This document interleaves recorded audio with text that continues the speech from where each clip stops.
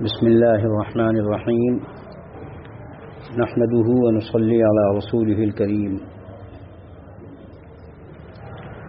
حقیقی زندگی صرف اللہ کے فرما برداروں کا حصہ ہے۔ کفار کے لیے دولت کی فراوانی دھوکے کی چیز ہے۔ اہل ایمان کو اس سے دھوکہ نہیں کھانا چاہیے۔ سامان راحت اور چیز ہے اور راحت اور چیز ہے۔ دنیاوی ترقی اور فلاح کے لیے مسلمانوں کو دوسروں پر قیاس کرنا سخت غلطی ہے۔ جس چیز سے دوسری قومیں ترقی کر رہی ہیں اس سے یہ سمجھنا کہ مسلمان بھی اس سے ترقی کرے گا، جھوٹ سے، دھوکے سے، رشوت سے، سود سے، اللہ کے حرام کیے ہوئے کو حلال کرنے سے، اللہ کی نافرمانی سے، اللہ کے رسول کی نافرمانی سے، شریعت و سنت کی خلاف ورزی سے یہ سمجھنا کہ دوسری قومیں اس سے ترقی کر رہی ہیں، اس سے ہم بھی ترقی کریں گے، تو یہ ترقی الٹی ترقی کہلاتی ہے۔ ایک ترقی جنت لے جاتی ہے اور دوسری ترقی جہنم لے جاتی ہے۔ یہ عقیدہ اور عمل ہونا چاہیے۔ مسلمانوں کی ہر فلاح اتباع رسول میں منحصر ہے۔ مسلمانوں کی کامیابی دنیا میں کوئی بھی طریقہ کچھ بھی اختیار کرے، عرب سے عجم تک، یہ یاد رکھنا چاہیے، عرب سے عجم تک کوئی کچھ بھی کرے، اللہ کا حکم جو شریعت ہے اور اللہ کے رسول صلی اللہ علیہ وسلم کا طریقہ جو سنت ہے، مسلمان کی کامیابی اسی میں منحصر ہے۔ عرصہ پہلے یہاں RSS کا صدر آیا تھا تو اس نے یہ بات یہاں کے لوگوں سے سبھاش پارک میں کہی تھی کہ یہاں دو دھارے بہتے ہیں، اس لیے ملک ترقی نہیں کرتا، اگر ایک ہی دھارا بہے تو ملک بہت ترقی کرے۔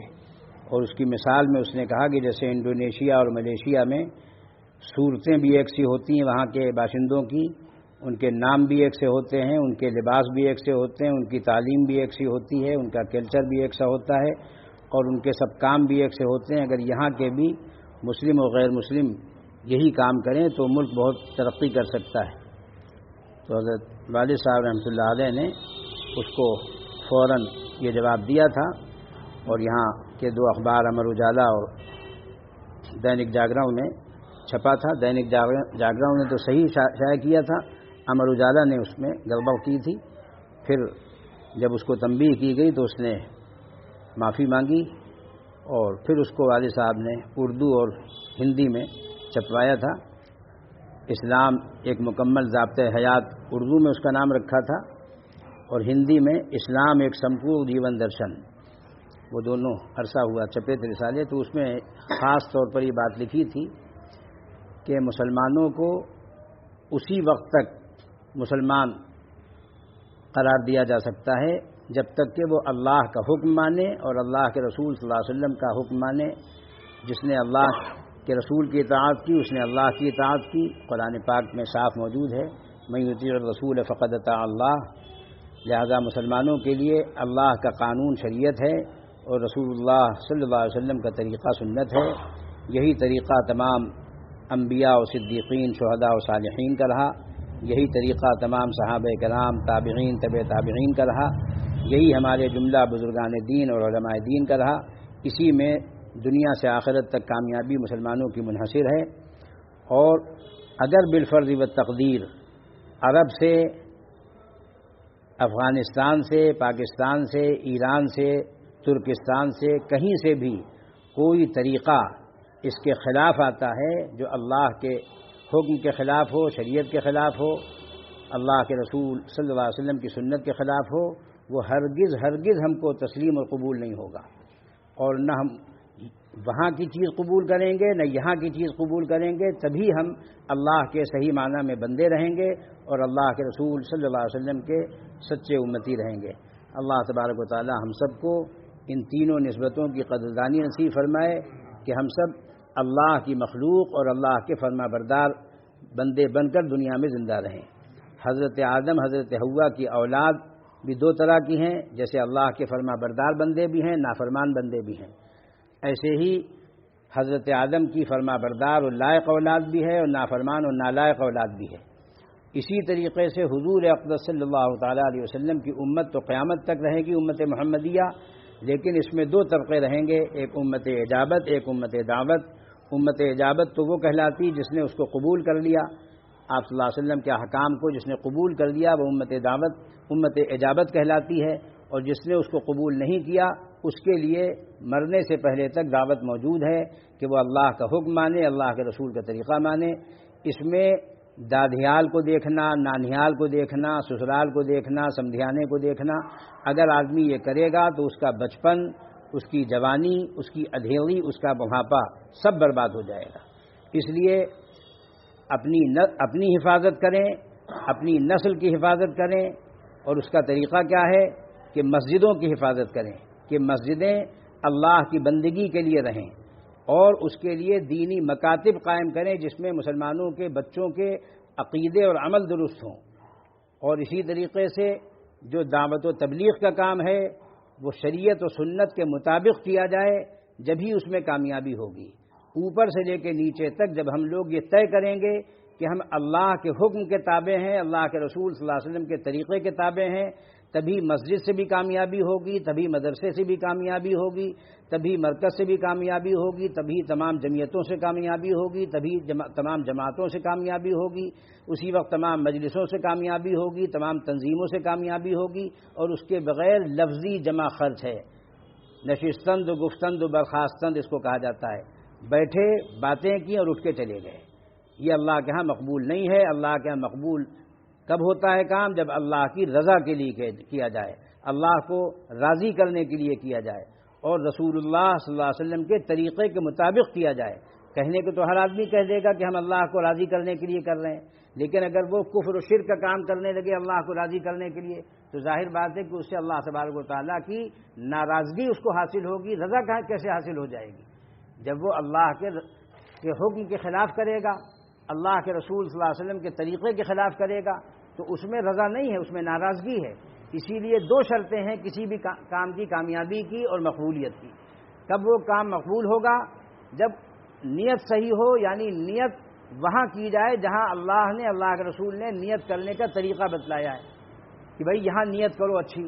اب کوئی چوری میں نیت کرنے لگے اچھی، کوئی ڈکیتی میں نیت کرنے لگے اچھی، کوئی بدکاری میں نیت کرنے لگے اچھی، جی، اور کوئی سود میں، جھوٹ میں، رشوت میں، ان چیزوں میں اچھی نیت کرنے لگے، یہ سب مردود نیتیں ہیں۔ یاد رکھیے، نیتیں مقبول بھی ہوتی ہیں اور نیتیں مردود بھی ہوتی ہیں۔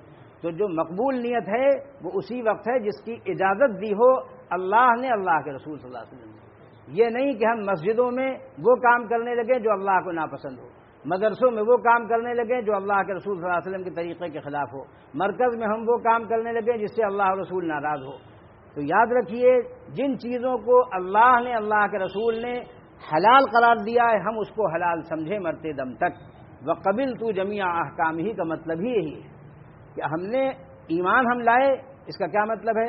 آمنت باللہ وملائکتہ وکتبہ ورسلہ والیوم الآخر والقدر خیرہ وشرہ من اللہ تعالی والبعث بعد الموت۔ یہ 7 ایمانیات ہیں، ان میں سے ایک کے بارے میں بھی اگر کسی کو تردد ہوگا، انکار تو اگلی چیز ہے، تردد ہوگا تو وہ مسلمان نہیں ہے۔ اس لیے اسلامی عقائد خود پڑھیں، اپنے بچوں بچیوں کو پڑھوائیں، مردوں عورتوں کو پڑھوائیں، بوڑھوں کو بھی اس کا یقین رکھنا چاہیے کہ وہ اسی پر زندہ رہیں اور اسی پر ان کو موت آئے۔ اللہ تبارک و تعالی ہم سب کو دنیا میں ہدایت پر قائم رکھیں اور آخرت میں نجات عطا فرمائیں۔ پھر دوسرا جو ایمان مجمل ہے اس میں بھی یہی ہے، آمنت باللہ کما ہوا باسمائہ وصفاتہ، کہ اللہ کے جتنے نام ہیں، اس کی جتنی صفات ہیں، ہم اس پر ایمان لاتے ہیں۔ وقبلت جمیع احکامہ، اور اس نے جتنے احکام بتلائے کہ یہ حلال ہے اور وہ حرام ہے، اس کو ہم نے قبول کر لیا، تسلیم کر لیا، قبول کر لیا، اس میں ہم کو کوئی انکار تو دور کی بات ہے، تردد بھی نہیں ہے، تعامل بھی نہیں ہے، ہم کو یقین کامل ہے۔ جیسے امام اعظم ابو حنیفہ رحمۃ اللہ علیہ نے کتنی دور اندیشی کی بات فرمائی ہے۔ ان سے کسی نے پوچھا کہ کوئی شخص اگر مدعی نبوت ہو تو اس سے دعوے نبوت کی دلیل میں، کیونکہ ہر دعوے کی کوئی دلیل ہوتی ہے، تو اگر وہ دعوی نبوت کرے، اس سے کوئی دلیل طلب کرے تو اس کا کیا حکم ہے؟ فرمایا وہ بھی کافر ہے، اس لیے کہ اس نے اس کے دعوے کو تسلیم کرنا ثابت ہو رہا ہے اس سے کہ اگر اس نے دلیل دے دی تو وہ مان لے گا۔ اس لیے ایسی چیزوں پر دلیل مانگنا یہ بھی کفر ہے۔ اس لیے ہم کو پورا یقین ہونا چاہیے کہ اللہ نے جو ہم کو حکم دیا وہ شریعت ہے، اللہ کے رسول نے جو طریقہ بتلایا وہ سنت ہے، ہم کو اسی پر زندہ رہنا ہے، اسی پر مرنا ہے۔ سب لوگ عہد کریں اور اپنی نسلوں کو سنبھالیں، اور اس کے طریقے 3 ہیں۔ اپنے گھروں کو دیندار بنائیں، مسجدوں میں کوئی خرافات نہ ہونے دیں، اور نہایت بدبختی کے جملے ہیں، نہایت بدبختی کے، کہ آدمی کو کفر و اسلام کی تمیز نکلی ہوئی ہے۔ مسجدوں میں کہہ رہے ہیں ہم صاحب اس کو فلانا یہ بنا دیں گے وہ بنا دیں گے۔ ارے بھائی مسجدوں کو اگر یہ سب تم بناؤ گے تو پھر اللہ کے مزید قہر کا انتظار کرو، اللہ کے مزید قہر کا انتظار کرو، اللہ کے مزید قہر کا انتظار کرو۔ تم لوگ مسجدوں میں صرف اس لیے لڑ رہے ہو کہ ہم صدر بنا دیے جائیں، ہم سیکریٹری بنا دیے جائیں، ہم ممبر بنا دیے جائیں، تاکہ ہم اچھی طریقے سے حرام خوری کریں۔ اس کے اندر جو کرایہ دار ہیں وہ یہ چاہتے ہیں کہ ہم کو کرایہ ہی نہ دینا پڑے، کمیٹیاں یہ چاہتی ہیں کہ ہم کو صرف پگڑی مل جائے، باقی جو جی چاہے مسجد میں کرے، مسجد کی حدود میں، مسجد کی دکانوں میں جس کا جو جی چاہے وہ کرے، بس ہم کو پگڑی پکڑا دے، ہم کو خوب حرام منہ بھر دے، ہمارا پیٹ بھر دے انگاروں سے۔ اور جو ان سب کا سردار بیٹھا ہوا ہے صوبائی طور پر، ان کا ذمہ دار ہے جو اوقاف کا محافظ ہے، وہ ان لوگوں سے باقاعدہ رشوت میں ان کو صدارت، سیکریٹری شپ اور ممبری اور کمیٹی بیچتا اور خریدتا ہے۔ سب سے بڑا حرام خور وہ ہے، سب سے بڑا حرام خور وہ ہے۔ اللہ کے ہاں ایسی پکڑ ہوگی کہ یاد رکھیں گے یہ سمجھ رہے ہیں کہ ہم یہاں پر دکانداروں کو خوش کر لیں، عوام کو خوش کر لیں، اس کو خوش کر لیں، اس کو خوش کر لیں۔ وہاں احکم الحاکمین کی عدالت ہوگی، اور تم جب وہاں مرغا بنائے جاؤ گے تب پتا چلے گا کہ ہم وہاں چودھری تھے یا کیا تھے۔ ہم وہاں معلوم ہوگا ان کرایہ داروں کو بھی، ان ممبروں کو بھی، ان سیکریٹریوں کو بھی، ان صدروں کو بھی اور ان چیئرمینوں کو بھی اس وقت معلوم ہوگا کہ ہم شریعت سے دور تھے، سنت سے دور تھے، ہم صرف اپنی چودراہٹ کر رہے تھے، ہم صرف گالیاں بک رہے تھے، ہم لوگوں سے تمیز سے بات تک نہیں کر سکتے تھے، ہم علماء کی زبان بھی نہیں سمجھتے تھے، اتنے جاہل مطلق تھے ہم، اتنے احمق تھے ہم، اور ہم کافروں کی اور مشرکوں کی دلالی اور مخبری کر رہے تھے ہم اپنی قوم کے مقابلے میں۔ وہاں معلوم ہوگا انتظار کرو صرف مرنے کا، فانتظروا انی معکم من المنتظرین، تم بھی انتظار کرو، ہم بھی انتظار کرتے ہیں۔ واللہ تعالی اعلم بالصواب، واللہ اعلم، واللہ ولی التوفیق وبیدہ عظیمۃ التحقیق۔ اللہ تبارک و تعالی ہم سب کو نیک نیتی کے ساتھ، صحت کے ساتھ، ہمت کے ساتھ کام کرنے کی توفیق عطا فرمائے۔ اپنے گھروں کو دیندار بنائیں، اپنی مسجدوں کو دیندار رکھیں، اپنے مدرسوں کو دیندار رکھیں، اپنی خانقاہوں کو دیندار رکھیں۔ یہاں جو مقبرے ہیں جن کو فلاں حضرت فلاں حضرت فلاں حضرت، ان کی سندیں بیان کرو اور ان کے نام پر پیر بنے رہو اور ان کے نام پر نذرانہ بٹورو، اور وہاں سور ٹہل رہے ہیں، کتے ٹہل رہے ہیں۔ مواخذہ نہیں ہوگا ان لوگوں سے۔ وہاں کیا کر رکھا تھا تم نے؟ صرف تم نذرانے بٹور رہے تھے، جمعراتی بٹور رہے تھے، چراغی بٹور رہے تھے، اور کیا کر رہے تھے تم یہاں؟ اور لوگ ہیں ٹک ٹک دیدم دم نہ کشیدم، اپنی قصیدہ خوانی کرتے رہتے ہیں کہ صاحب آگرے میں 274 بزرگوں کا مزار ہے۔ ان بزرگوں کے مزاروں کی حالت تم نے کیا کر رکھی ہے؟ وہاں کوئی تحفظ نہیں ہے۔ قبرستان میں کہہ رہے ہیں کہ صاحب دکان بنوا دیجئے اردا کے۔ میں نے کہا ہرگز نہیں، ہرگز نہیں، ہرگز نہیں، نہ آج نہ کل۔ مسجدوں کو پاک رکھو ان جگہوں سے، مدرسوں کو پاک رکھو ان جگہوں سے، قبرستان کو پاک رکھو۔ وہاں پر مسجد، مدرسہ، مسافر خانہ، دکان، کسی چیز کی گنجائش نہیں ہے۔ خالص خو کا عالم ہونا چاہیے تاکہ آدمی کو معلوم ہو کہ یہاں آنا ہے۔ وہ رونق کی جگہ نہیں ہے، عبرت کی جگہ ہے۔ لوگوں کو اسی کی کوئی بحث نہیں ہے کہ کون سی جگہ رونق کی ہے، کون سی جگہ بازار ہے، کون سی جگہ عبرت کی ہے۔ وہ مسجدوں کو بھی اسی شکل میں، مدرسوں کو بھی اسی شکل میں، مرکزوں کو بھی اسی شکل میں، قبرستانوں کی بھی اسی شکل میں، درگاہوں کو بھی اسی شکل میں۔ یہ سب کیوں ہو رہا ہے؟ جہالت کی وجہ سے، حماقت کی وجہ سے، بے عقلی اور بیوقوفی کی وجہ سے، اور بے ادبی کی وجہ سے کہ ان کو اس کی تمیز ہی نہیں ہے کہ کیا ہونا چاہیے کیا نہ ہونا چاہیے۔ نہ اس کا علم ہے، نہ اس کے لیے کسی بزرگ علماء دین کی، بزرگان دین کی صحبت ہے، اپنے کاروبار سے فرصت نہیں ہے، اور کاروبار میں حلال اور حرام کی تمیز نہیں ہے، مسلمانوں کو چھوڑ کر، اہل ایمان کو چھوڑ کر، اہل اسلام کو چھوڑ کر کافروں اور مشرکوں سے دوستیاں گانٹتے ہیں اور سمجھتے ہیں کہ ہم اللہ کے اور اللہ کے رسول کے بڑے سچے عاشق و وفادار ہیں۔ جھوٹ ہے، دھوکہ ہے، اپنے آپ کو دھوکہ ہے۔ تم اللہ کو کیا دھوکہ دو گے؟ تم اپنے آپ کو دھوکہ دیے ہوئے دنیا میں۔ اللہ تعالیٰ فہم سلیم، عمل مستقیم عطا فرمائے۔ وآخر دعوانا ان الحمد للہ رب العالمین۔